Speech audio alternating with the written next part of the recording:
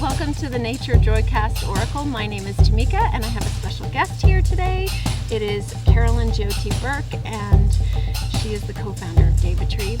We are here in Sedona, Arizona, and we're going to be sharing 3 nature elements with you today, and you'll be able to choose the one that first jumps out at you. Use your intuition to choose, and there'll be a special message for you associated with that energy. So all of the 3 choices that we have today, Jyoti, these are ones that have come to her through the nourishment that she's received on this particular trip. So you're going to be choosing today between photograph 1, 2, or 3.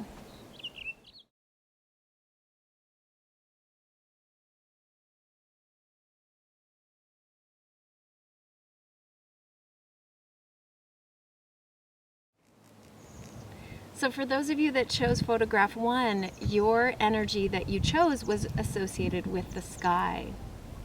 And here in Sedona, the sky is extremely blue. If you look out behind us, you can see how bright and blue it is. And for me, the sky was very nourishing in terms of reflecting back the beauty inside. So maybe not feeling so wonderful, but looking up at the sky and being like, wow, look at that. It is so blue, so crisp, so beautiful, and reminding me of my own inner beauty.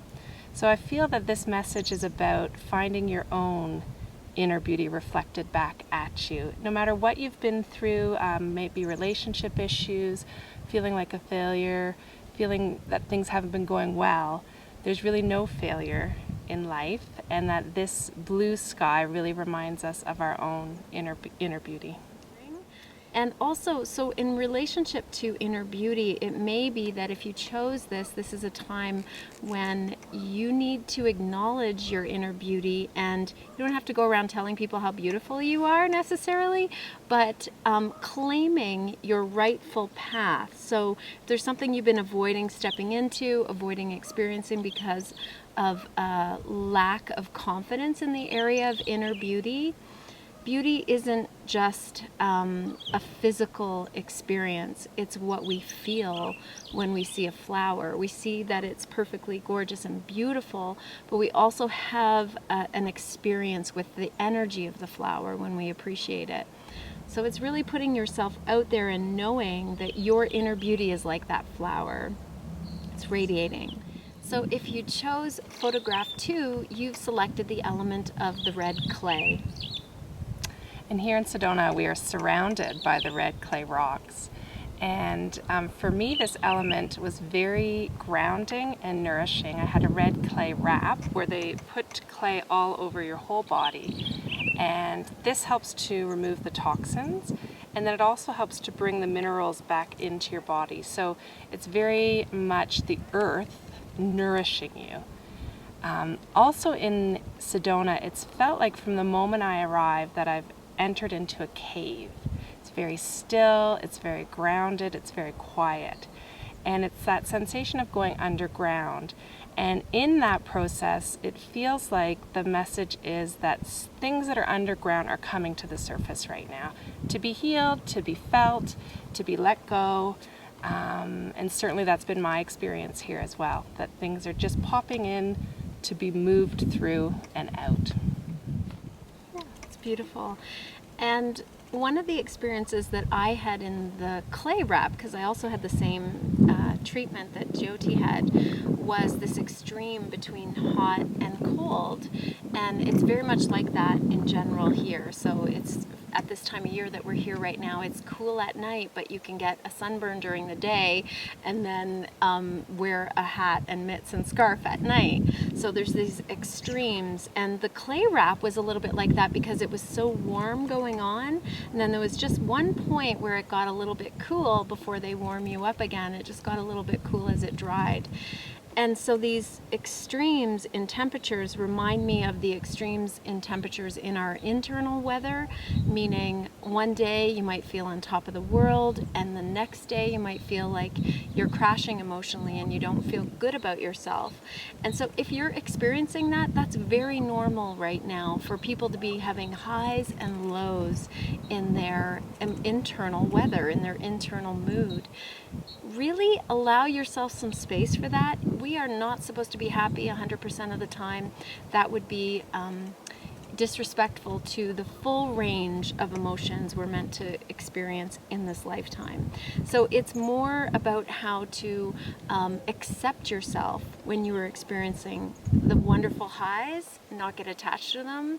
They're wonderful and appreciate them, revel in them, and then the feelings that are less than that, the feelings that are maybe lower. So if you chose number 3, you chose the prickly pear plant. The prickly pear plant came to me because I was gifted prickly pear lemonade. And I had been in a conference all day and had been going, and was really running out of steam. I was acclimatizing to being here in Sedona, and I was quite tired. And then I came upon the prickly pear lemonade, and it was the most nourishing drink that I'd ever had, really. And what it did for me is it helped to energize me, to pause, and to regroup so that I could move forward. And for the rest of the day, I felt ready to take in the experiences and felt ready to move forward. So if this has come to you as your choice today, it may be that there's some regrouping that needs to happen, that you need to recharge and nourish yourself. Take pause before moving forward.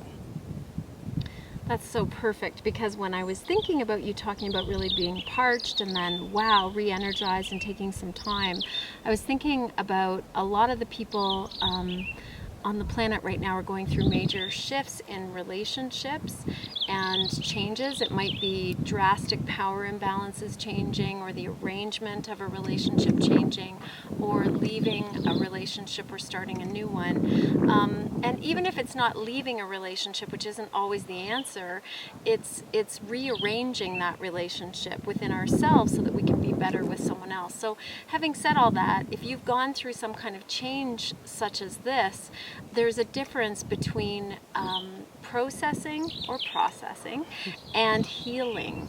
And this is really relevant for me personally, having gone through a major relationship change over the last year, that I chose to go into some processes to help me heal and to really take the healing by the hands instead of just letting it happen passively. I decided to do that. It's an active phase of healing, but that's the processing part where I was taking steps and getting support and doing specific exercises.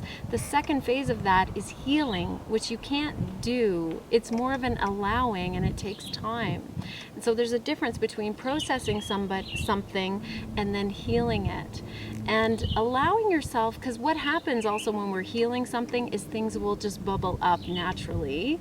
They'll come up as memories, as triggers, or as little things that you haven't experienced yet as the new you. So you will be nourished if you can be patient with yourself. Sometimes it's very easy to say, oh, I've done all that work and it should be, I just want to wash my hands of it and have it done. We're not doing everything. We're also just being done. The universe is having its way with us over time, and that's really natural. So be kind to yourself in the healing process. So thank you so much for joining Jyoti and I on the Joycast Oracle today. We are very excited